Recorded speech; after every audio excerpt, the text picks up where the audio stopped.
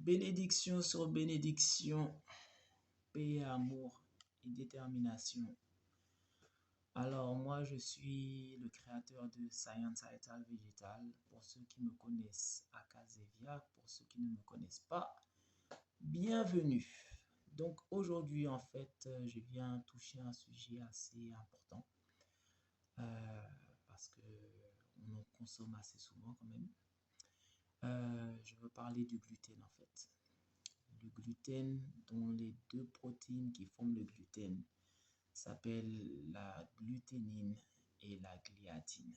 Donc la gliadine qui est collante et la gluténine qui est non collante. Donc il faut savoir qu'en fait, la gluténine, c'est ce qui fait l'élasticité de la pâte. Et la gliadine, c'est ce qui fait la viscosité et l'extensibilité de la pâte.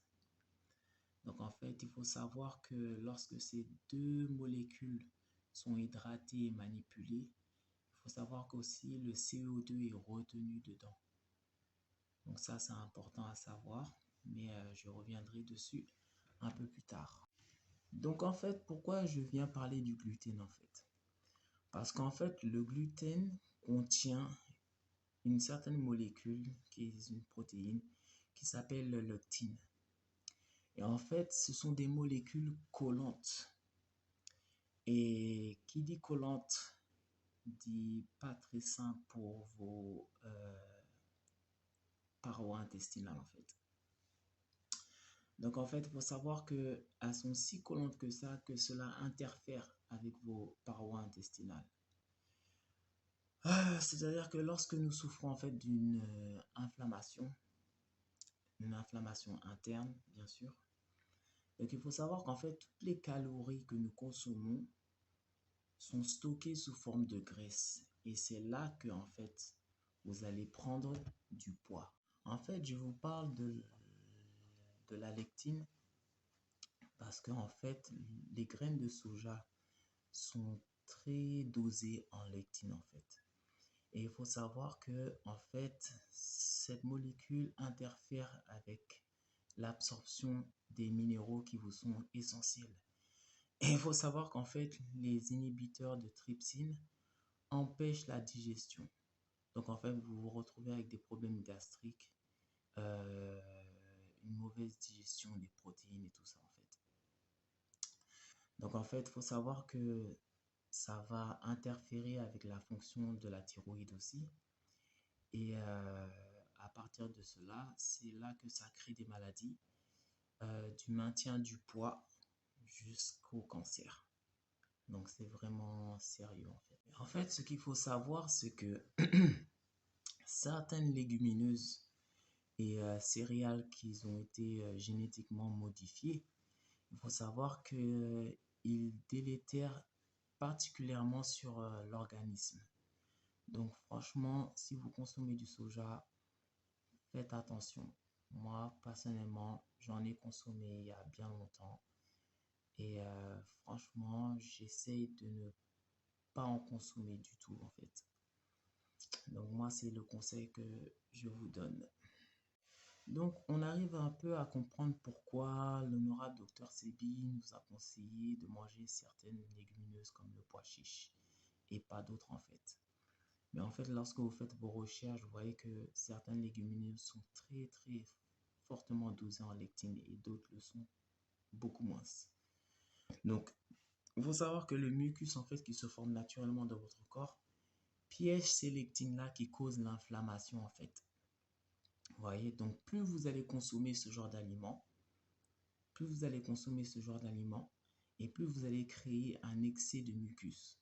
Et c'est de là qu'en fait, quand il y a un excès de mucus, c'est là qu'en fait on tombe malade. Donc, faut pas croire que le mucus c'est quelque chose de mauvais. Non, c'est ce qui nous protège. Mais lorsqu'il y a un excès, en fait, il faut savoir que cela va altérer vraiment votre organisme, en fait.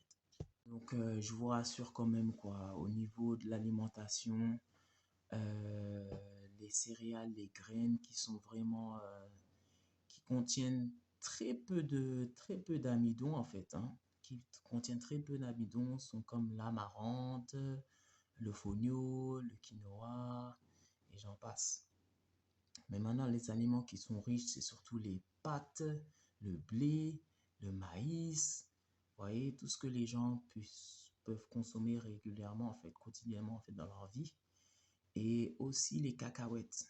Donc, les cacahuètes, franchement, je vais vous dire que quand vous regardez ça sous un angle microscopique, avec un microscope, vous verrez que leurs lectines, franchement, sont vraiment indestructibles. En fait, c'est ce qui leur donne leur réputation. Donc là, nous allons parler de l'amidon dans les céréales, dans les anciens grains aussi. Donc du côté végétal, il faut savoir que c'est une réserve d'énergie et de nutriments nécessaires pour la survie en cas de mauvaise saison, c'est-à-dire sèche ou froide. Et en fait, l'amidon permet de stocker des nutriments glucidiques dans les cellules sans les dissoudre dans l'eau. Donc en effet, la présence de glucides simples augmente le potentiel osmotique, c'est-à-dire la différence entre la concentration de liquide. Donc le potentiel osmotique interne des cellules, ce qui nécessite une grande quantité d'eau en fait. Donc en fait, l'amidon, c'est une forme de réserve de glucides qui permet d'économiser l'eau. Donc dans les cellules, il se présente sous forme de grains visibles au microscope, comme vous voyez, qu'on appelle les amyloplastes. Donc l'amidon, c'est également une des ressources caloriques principales pour l'espèce humaine. Donc il est constitué principalement dans les céréales, le riz, maïs, blé, sorgho, etc. Et la fameuse pomme de terre. Donc au contraire des glucides simples qui sont faciles à digérer, l'amidon, du fait de sa structure complexe, rend le travail enzymatique plus difficile lors de la digestion. Donc on distingue ainsi les glucides rapides des glucides lents. Donc en fait, l'amidon qui est présent dans l'endosperme des grains et du blé sont sous forme de granules. C'est ce que vous pouvez voir en fait sur le tableau. Donc les granules ont une forme et ont une taille unique. Et la taille dépend de la source en fait. Donc comme vous voyez, vous avez l'amidon de l'amarante, du taro qu'on appelle arrowroot, le sarrasin, le manioc, le riz, la pomme de terre et les haricots rouges en fait. Donc quand vous voyez les différents micromètres. Donc on peut voir la patate, c'est 50 micromètres, l'amarante qui est 1 micromètre, l'avoine qui est 5, les haricots rouges qui sont à 20, l'avoine qui est à 5. Et en fait, imaginez la pression que cela crée sur vos parois intestinales en fait. Donc là, j'ai fait une petite expérience en fait pour vous montrer vraiment l'épaisseur des différentes farines, si vous voulez. En fait, c'est ce qu'on appelle la gélatinisation en fait. Donc l'amidon est chauffé dans un liquide à 60 degrés et si vous voulez, les lésions d'hydrogène se rompent. Donc en fait, l'eau pénètre dans la granule d'amidon qui gonfle quand même 5 fois sa taille initiale à 85 degrés. Donc ce n'est pas rien. Et encore, faut-il pas oublier que cela se transforme en gel lors du refroidissement. Donc ça devient vraiment résistant aux enzymes digestives normales.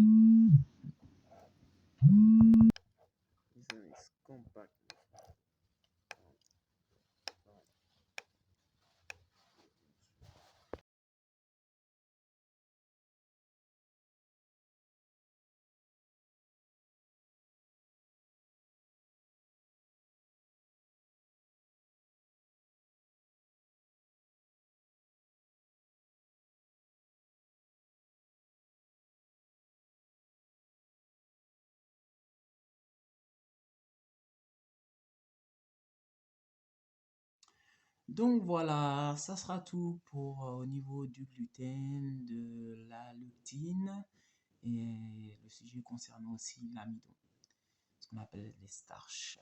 Donc voilà. Ben, j'espère que cette vidéo vous a plu, j'espère que vous avez appris pas mal de choses et que vous allez faire vos propres recherches aussi.